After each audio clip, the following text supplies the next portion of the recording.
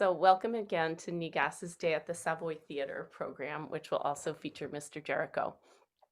I'm Ann Ferentz, president of the board of the New England Gilbert and Sullivan Society. Negas's mission is to support the appreciation of the works of Sir William Gilbert and Sir Arthur Sullivan together or separately. As we know, we are still seeing that venues and performing groups are shut down because of the coronavirus pandemic. So the board has been working to provide these virtual programs about once a month, and particularly taking this opportunity to feature material other than the operettas that may be of interest to members.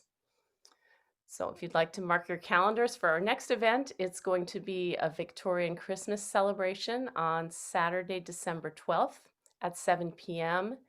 And the program will feature holiday music by Sir Arthur Sullivan, and it's being put together by longtime Negas member Tom Dawkins. So we're looking forward to that. As many of you know, Jackie Haney is our program chair, and if you have ideas for future programs that you'd like to see us put on, please do contact us either through Facebook or through the email addresses on the negas.org website. So today's program is a two-part program. So there will be an intermission in the middle for about 15 minutes, as well as time at the end for discussion. At those times, please feel free to turn on your cameras and your microphones so that we can all chat. Okay, so today's program is a production that was put on by Gilbert and Sullivan Austin in early March, just before the pandemic hit. The first part of the program is a history of the Savoy Theater, narrated by Rafe McPhail Jr., who is the artistic director of Gilbert and Sullivan Austin, and a very long time, though perhaps not quite founding member of Negas, so is known to many, many of us. The second part of the program is a short musical comedy called Mr. Jericho that premiered at the Savoy in 1893 during the time when Gilbert and Sullivan were having their famous carpet quarrel. So we're delighted, as you've seen, that we have Rafe with us today in from Virginia. Rafe is kind of the Virginia branch of Negas, and he'll be telling us a bit about this program. So Rafe is known to many of us and throughout the Gilbert and Sullivan community for his extensive scholarship. A lot of it is focused on the Mikado, but he's an expert in all things Gilbert and Sullivan. People were already commenting that they knew him through the Savoy Net. He taught and directed at Bridgewater College in Virginia for 33 years, and he's now professor of theater emeritus there. He's lectured extensively and directed Gilbert and Sullivan productions around the country.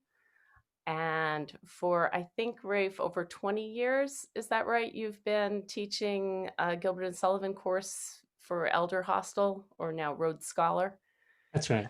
as it's called. Yep. And you've been the director at Gilbert and Sullivan Austin since 1998. I think you've directed all but 4 shows, the website said. And you've been their artistic director since 2005. As though that's not busy enough, Rafe's the editor of the Benford's Gilbert and Sullivan lexicon that's available online at gsopera.com/lexicon. Rafe also, as many of us knows, keeps up active correspondence, and I first communicated with Rafe when he very kindly responded to our ad in the Trumpet Bray saying that we were trying to complete our archive of the Bray. And he said, I can help you, and was able to fill in all the missing gaps from his personal collection. So thanks very much, Rafe. Folks in Connecticut know Rafe and know that in September 2010, the Connecticut Gilbert and Sullivan Society awarded him a Lifetime Achievement Award in recognition of decades of outstanding service in behalf of the art form of the Savoy and in the state of Connecticut and the entire world of the Savoy. And then in March 2011, Gilbert and Sullivan Austin named him to their Society's Hall of Fame. So at this point, Rafe, I'll just turn it over to you to give us some background on the program. And thanks Thank so you very much, Anna. What a lovely, lovely introduction. I want everyone to know that my certificate from Connecticut Gilbert and Sullivan Society is on the wall right to my side here, and I was just overwhelmed and just overwhelmed to receive it, and I'm very grateful. Well, it was a really delightful to hear that NEGAS is interested in broadcasting our little production from March. And I want to speak a little bit about how it came about. About 2 or 3 years ago, two of the curtain raisers from the Savoy were published. And the other one, in addition to Mr. Jericho, was Captain Billy. I ordered them both immediately, and whereas Captain Billy didn't quite grab me, Mr. Jericho certainly did. And I immediately bought extra copies and sent them down to Austin. And I asked President Libby Weed to please circulate it, read it, see what she thought. And the thinking of the board was that, yes, it would be a delightful show to present, but since it only is about the length of Trial by Jury, it's hard to present it as a full performance.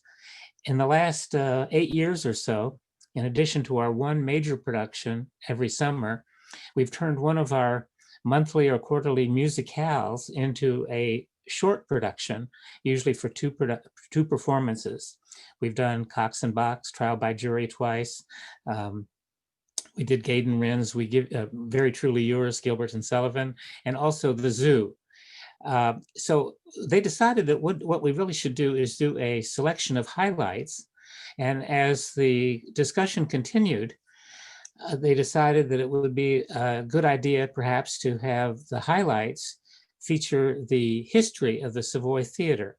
One highlight, at least one from every show that premiered at the Savoy before Mr. Jericho appeared at the Savoy in 1893. And that's what we did.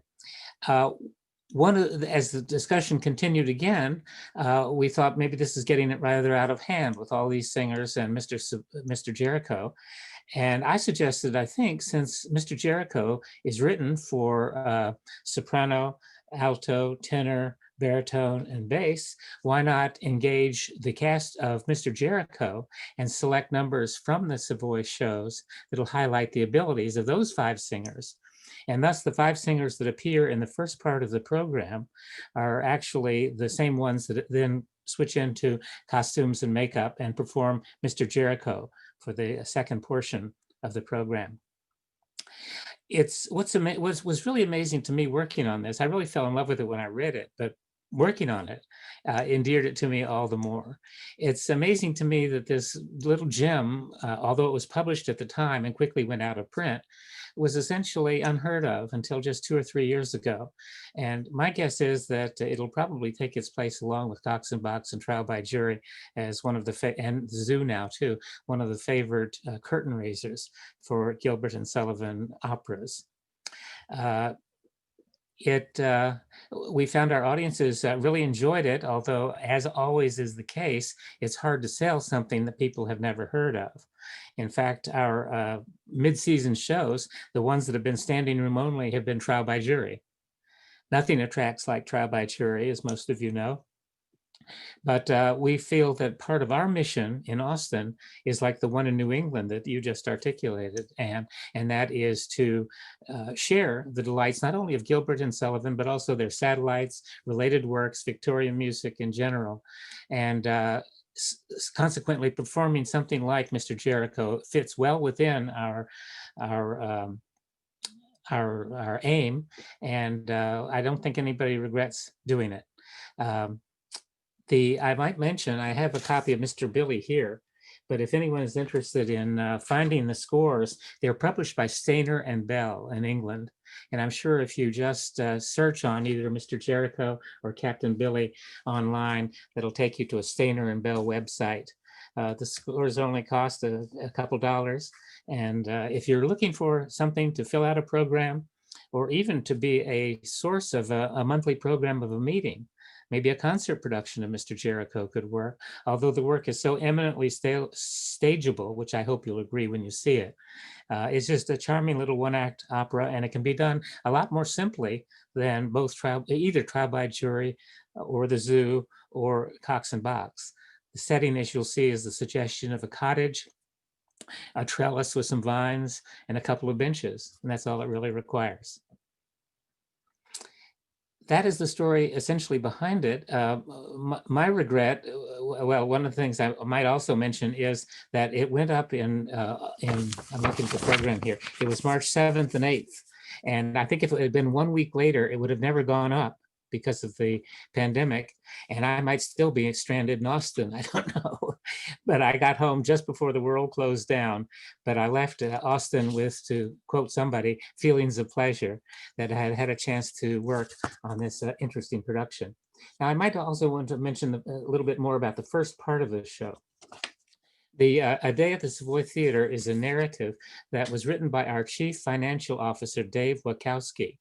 Not only did he put this history together based on his own research, but he also found a number of images. And so what we did is we turned the first half into sort of a multimedia experience, and the video captures the stills that are used to augment the narrative pretty effectively. I think you should be able to make out what they are. Many of them are familiar, but I think you'll find some that even the most ardent Savoyard might find new.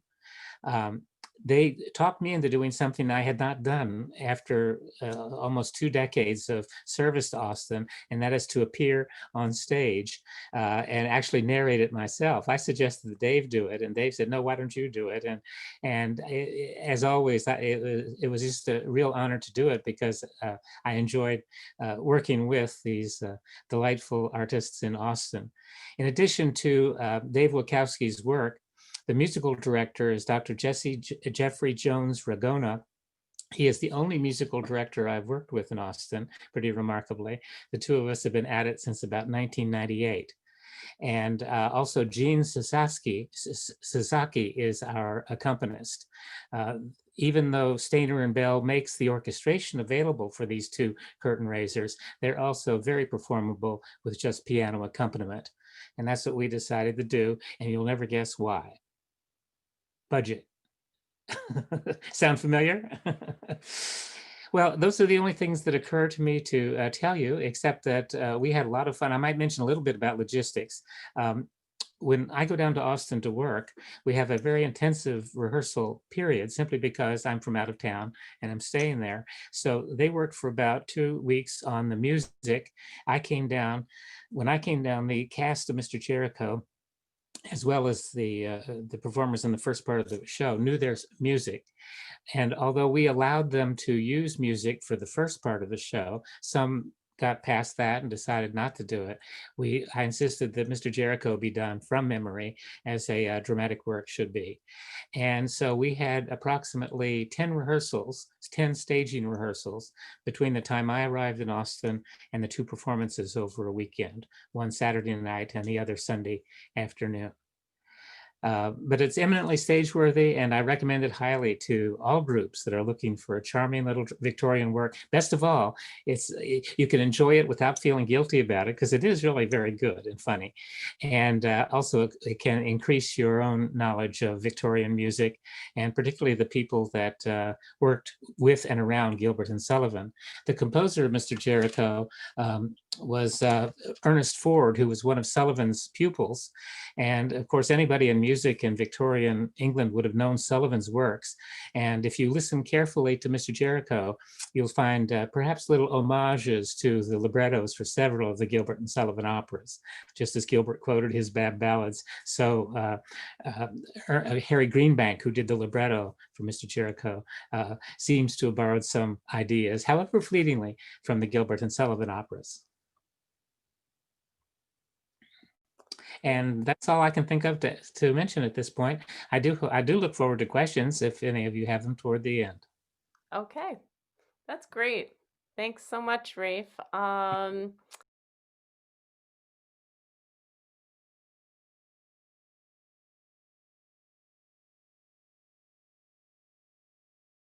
companies that perform on a stage with an orchestra in a pit in the live music capital of the world.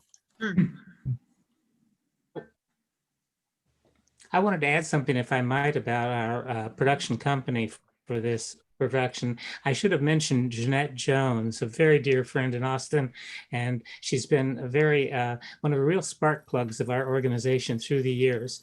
It was Jeanette who, once we had cast Mr. Jericho, and analyzing the voices of the people in, selected the numbers for the first part of the show in order to showcase them equally and well. And Jeanette also did some rough blocking and allowed me then to put in my oar when I arrived to work with her in staging the numbers. Simply, we hope, but directly, and in a way that we hope showcase the actors as well as the artistry of Gilbert and Sullivan. Rafe, may I ask, who selected the tempi? Yeah. Our music director, I thought most of them Jeffrey were. Jones Ragona. I thought most of them were. I should call them lugubrious. Oh, okay. One thing to remember about Austin is that our Austin audiences do not know this material as well as you folks do in New England, where it seems to me that you've sort of grown up with it, and it's sort of common knowledge to everyone. So maybe, if only. Maybe part of the idea was it was. Pardon me. If only. Well, I sometimes went in reading old magazine articles and so forth. I remember that until fairly recently, Gilbert and Sullivan really was part of cultural literacy. People grew up with the shows. High schools did them all the time. Summer camps did them all the time. Community theaters did them all the time. And one of my little soapbox bits is what we need to do is get into the schools to make sure that coming high school teachers learn about the Gilbert and Sullivan operas that can be done royalty free without paying an arm and a leg to Tams Whitmark, and also give the students a good chance to sing wonderful music that'll be with them for the rest of their lives.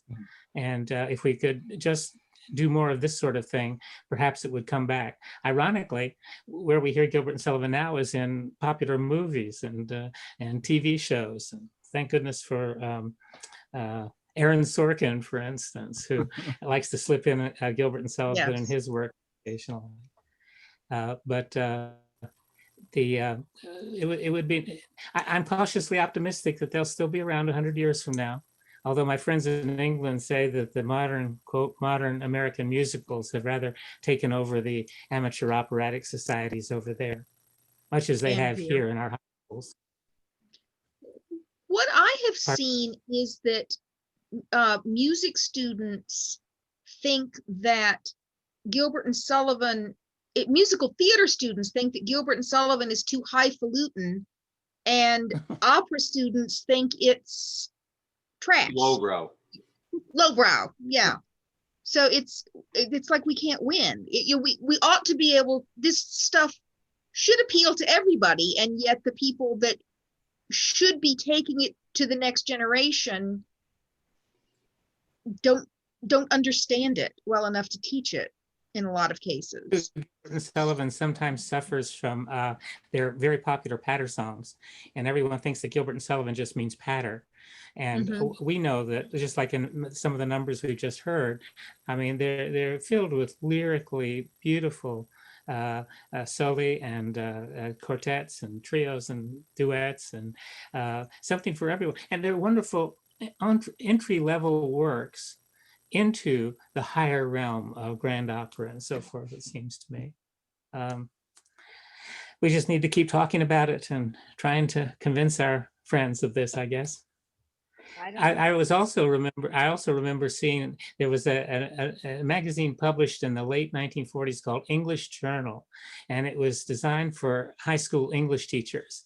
And a memorable article I read was entitled "Gilbert and Sullivan as Required Literacy." And the teacher was suggesting that the Gilbert and Sullivan operas not only are wonderful vehicles for teaching students about music, about opera. What is a recitative, for instance? But also you've got your vocabulary lessons, you've got your history lessons, you've got your sociology. There's so much that can be done with librettos by people that are willing to delve a little bit. And since then, or even in this country, most of the time anyway, the works are public domain, which means that you can crank them through the photocopier as much as you want and share them with the students.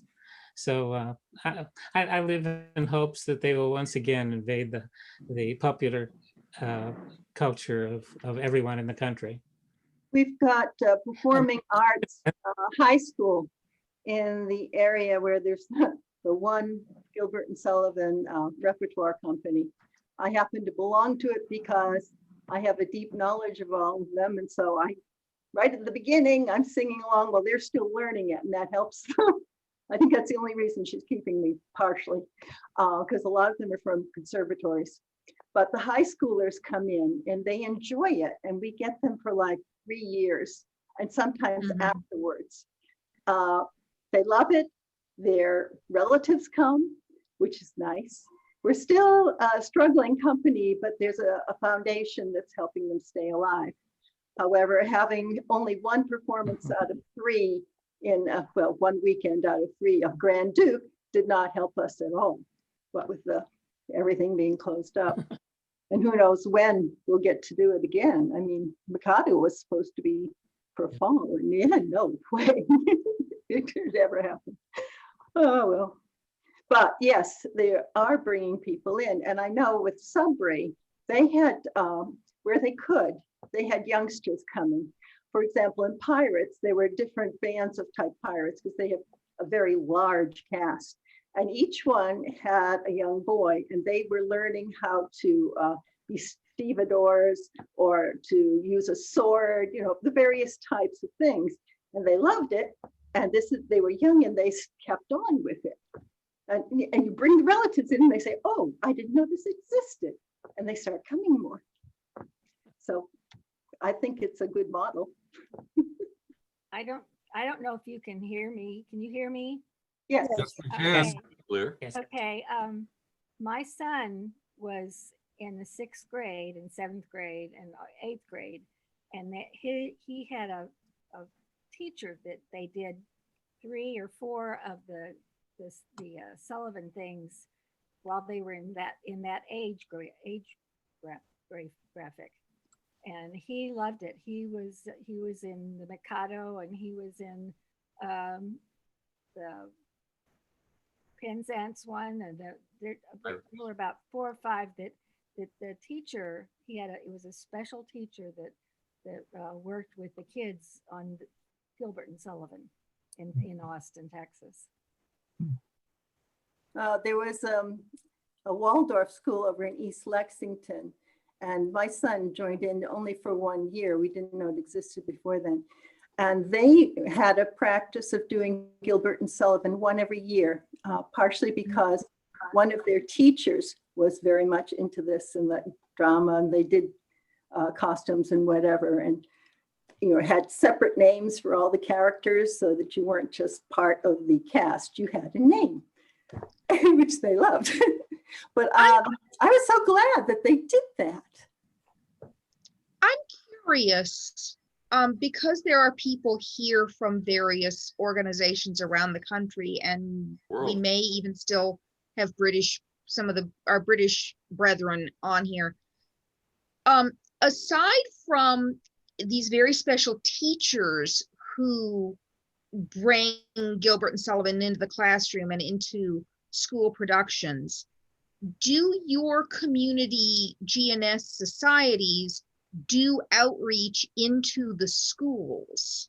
The group that I worked with here in the Western Massachusetts for many years, Valley Light Opera, used to do a day going to 2 or 3 different schools and giving this little synopsis program of whatever show we were doing. And showing it to the students, and then there was a very special price for student tickets for opening night that we heavily touted at these outreach performances. Do other groups do that? Well, here in Rochester, the Off Monroe Players has a cabaret group that travels around, and while they tend to be invited mostly toward independent living homes, they also do schools and other open operations. They can do anything from, I think it's 15 minutes to an hour and a half, depending on what the host wants. Austin has a very similar group called Wandering Minstrels, and they perform in senior centers, independent living homes, and especially schools. Their presentations are easily adaptable for whatever time frame the sponsor wishes to have. They don't cost a lot of money, so they're an economical assembly for schools, but they are not, however, tied in with the current production. Our production's on June, and only one a year. But the Wandering Minstrels are in some demand, according to what I read in the newsletter here in Virginia.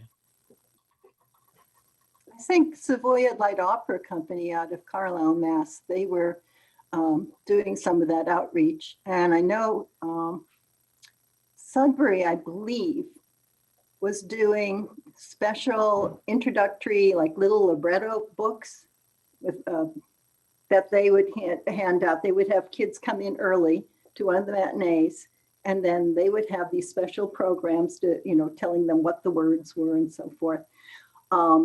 After a show, they were allowed to go up on stage. They couldn't touch anything, but they could see what was there. And then there'd be maybe some tech people who show them how things work. So we can, that there's more than just being on stage. You can do other things. And I think that helped. I think that helped a lot. I understand that the College Light Opera Company in Falmouth, which started as all GNS and is only one or two in the summer now, also reaches out to the schools on the Cape for concerts and other things. Mhm. Gilbert and Sullivan Austin has, we have a run of 9 performances over 2 weekends. And usually on one of the Saturdays, we have what's called, or a Sunday afternoon, often on Father's Day. It has fallen in recent years. We have what's known as a children's matinee. I hasten to say that the show is presented exactly at that performance like it always is. But the students or children are invited an hour early, and they do crafts and make headgear, and they have activities. I talk to them a little bit about the show. The musical director introduces them to all the instruments, which play a little bit for them as they lean over the edge of the orchestra pit looking down. And then we invite them on stage where where the choristers teach them one of the dances from the show. And then they take their seat with their parents and watch the show as usual. And the amazing thing is, you folks are all theatrical habitués, and you can tell a restless audience when you're in one. These students are so well behaved. They're absolutely rapt, having really had a touch literally with the people that are making it all happen. And my musical director, Jeffrey Jones Ragona, tells me that it's hard to stump them because they come back year after year. And when the tuba goes into the what is the shark movie? I can't remember now. Goes into that motif from Jaws? whatever that. Jaws, yes, he goes in from that. They can't fool the kids anymore with the instruments because they've learned in previous years, and they're yelling out the instruments before practically the first note is played. It's a wonderful thing, and we've gotten so much wonderful feedback. I remember doing Gilbert in Austin in Richmond years ago, and one of the most gratifying things was to see grandparents bring their grandchildren to see the shows. They had a very active Gilbert and Sullivan company in Richmond back in the 40s. That is at one of the high schools, one of the big high schools in the 40s, 50s, and early 60s. And the grandparents took absolutely great delight in bringing their grandchildren for a theater date to see a Gilbert and Sullivan opera. I love that. That's great. I That think really is we lovely. need, yeah, I think we should probably move on to the second half of our program There's Before we do that, There- since we're being recorded, I think it might be appropriate to recognize the presence of Ruth Colson, who is as close as you can get to the beginning of this organization now. definitely. Ruth. Yeah. Absolutely. Hey, Ruth. And I think her daughter Audrey Nice to as well. And I also wanted to acknowledge that Lisa Berglund has put a wonderful story into the chat saying that Opera Lights had done this. I think it must be school outreach for several years with educators going into the schools. And then they brought 900 elementary school students to a special matinee of The Sorcerer. wonderful. Opera So, Lights is in the Lisa, we Buffalo, New do York hope you'll area. be able to revive that program. And they'd also done this for HMS Pinafore and the Music Man. So lots of outreach to the next generation. To the theater, we got to do it.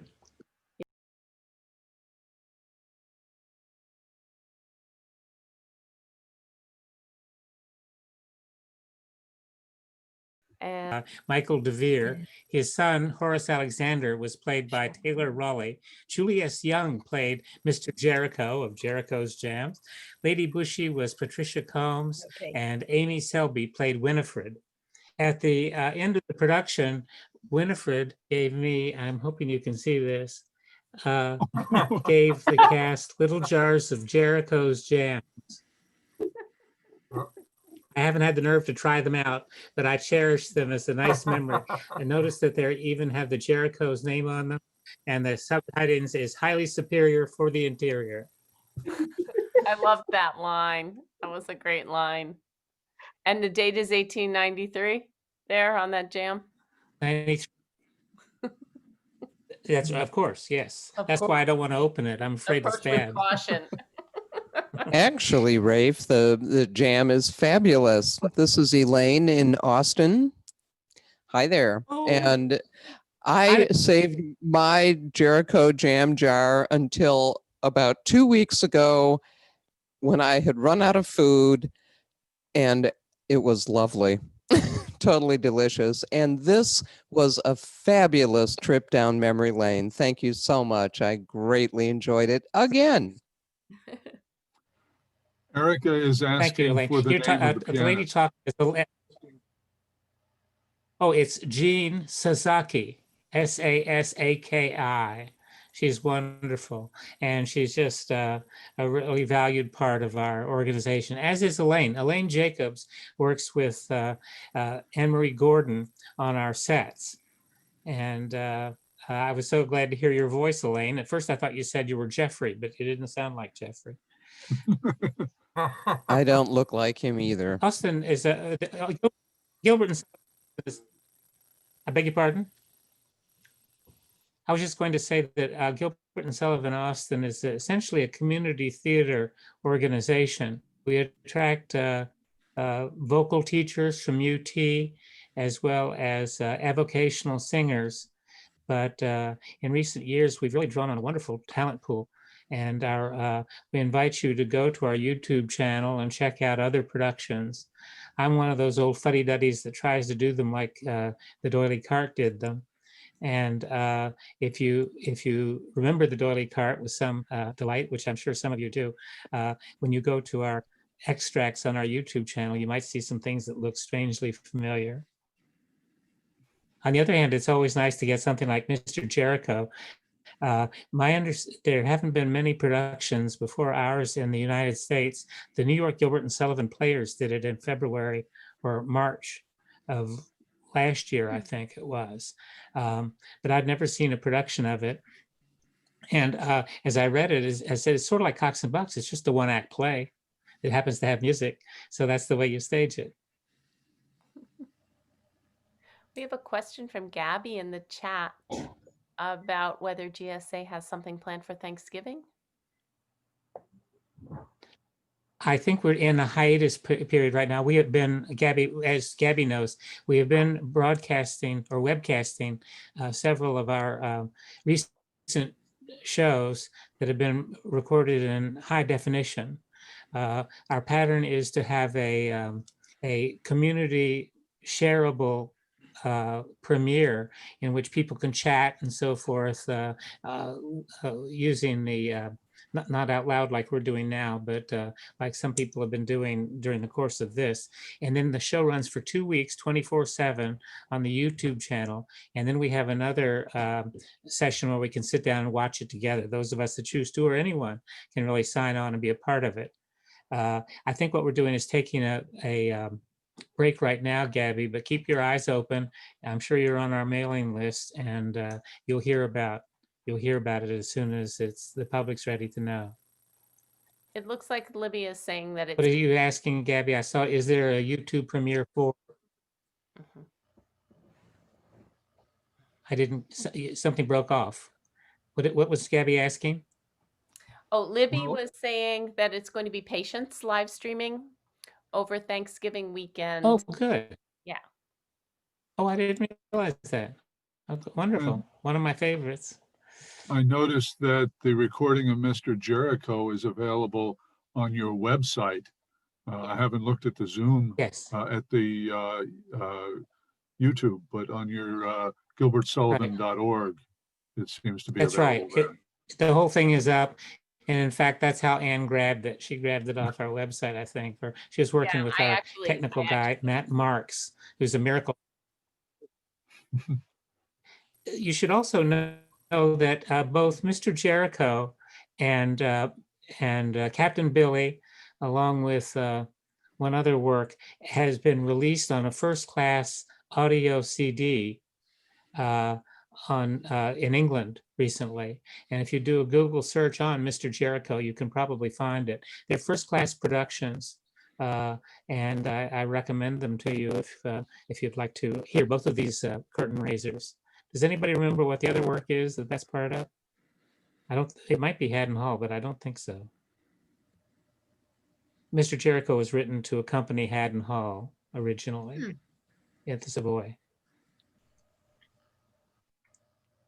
But what a wonderful thing to be able to share this with New England Gilbert and Sullivan Society, and anyone else for that matter, because I hope to see or read of more productions of this in the near future. I think it's a wonderful addition to our repertoire, which is scandalously small, as you know. My understanding is that companies that do 2 and 3 shows a year have a real challenge because they run through the entire repertory very quickly. I think only college groups can do that where the population turns over so fast. Here in Rochester, we've been turning 2 shows a year since, well, before I got here in '87. And they've been rolling 2 shows a year without much of a break until now. My Are you referring to the off players? You broke The off up. Monroe players, Peter? Yes. You're talking about the off Monroe players? Well, Yes, I am. my understanding is from the off Monroe really does innovative concept shows. So you could probably get away with doing Princess Ida twice within 5 years if they're radically different approaches to their production. Maybe that's Concept how they do it. shows, concept shows came in only in the last few years with this group. They did a Southwestern Princess Ida, for example, where one side of it was Hispanic and the other side were cowboys. Oh, how cool. I remember seeing down in Philadelphia a couple of years ago, there was a country western Iolanthe. And some of those numbers sung with the twang was very memorable. None shall part us from each other. Excuse me. Ew. One of the nice things about all the concept shows and finding a new way to present them is it's like Shakespeare in a way, because whatever you do to them, the originals are very hardy.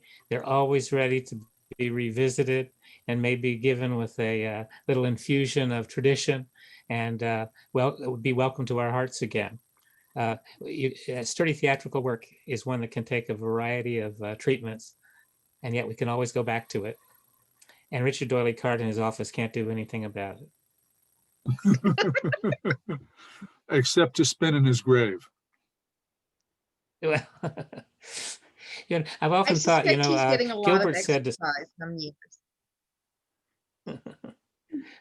pardon?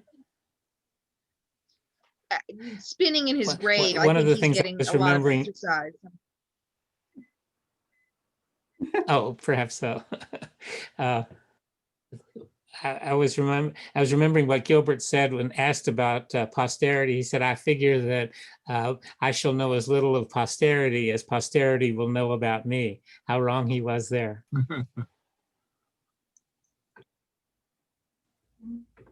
Some of us collectors met on, Gilbert's birthday was just this past Wednesday. And some of my collector friends, David Stone, Hal Canther up there in Rochester, and Don Smith up there with you folks. We got together and raised a glass to the immortal memory of our friend W.S. Gilbert. And we ordinarily get together in a different town every year, but of course we haven't been able to do that. Thank goodness for Zoom. And thank all of you for joining us this evening. Well, thank you for showing us this. Yeah, It's thanks so lovely. much. Well, Thank I you think very the much. initiative came from dear Anne and probably David DeVries. From Was David. Did he say DeVries or Mhm. DeVries? DeVries. How does he DeVries. pronounce his last name? Yeah, David brought DeVries. this Yeah. production to our attention. Yeah. Oh, it's time to raise another glass. Tomorrow is the 120th anniversary of Sullivan's death, according to Gabby. Uh, There you go. Well, wouldn't he be surprised to know here we are talking about his work? Yep. For remembering his birthday. Yeah. We'll have to do that tomorrow. I am involved in a production of that's a pastiche based in Gilbert and Sullivan, and we're recording tomorrow with some of these fine people, and we will have to remember that What- tomorrow. What is the show you're working on? Elaine, why don't I Elaine. hand it over to you? So you spoke about Gaydon Wren, and we're going to be doing Gaydon Wren's Christmas Carol, Gilbert and Sullivan Christmas Carol, as a radio play. Oh, good. Yeah. Yep. Well, So- radio makes it a lot On Zoom? easier. And easier to, getting people together safely. So, Uh-huh. yeah, Will that be on Zoom I recommend or YouTube?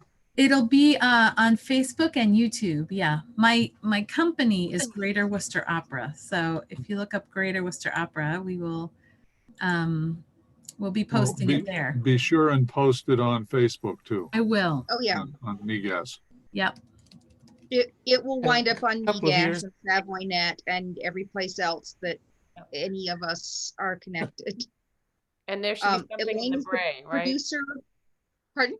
There'll be something in the Bray as well. Yes, yes. Oh God, that was the other thing I was gonna give him. One of us has, I'm sure. But it will be all over Facebook. Yep. Oh, I was going to mention that several years ago, Gaydon has about 3 other themed reviews of Gilbert and Sullivan work. We did his Very Truly Yours, Gilbert and Sullivan, down in Austin a couple of years ago, and he actually came down to see it. So it was a lot of fun to show him around Austin. He had never been there. Oh, nice. It's a really interesting person. Yes, he is. He's also known as Tennessee Walt, Do you know about Tennessee Walt? If you like country western music, Google Tennessee Walt, who is one of Gaydon Wren's alter egos, and he's doing free webcasts.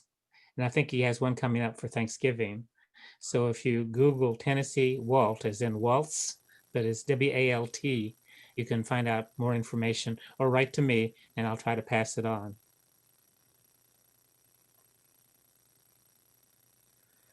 Great. Well, thank you so much, Rafe, for coming all the way from Virginia. I trust is the way you to didn't do have it. trouble with Texas. parking.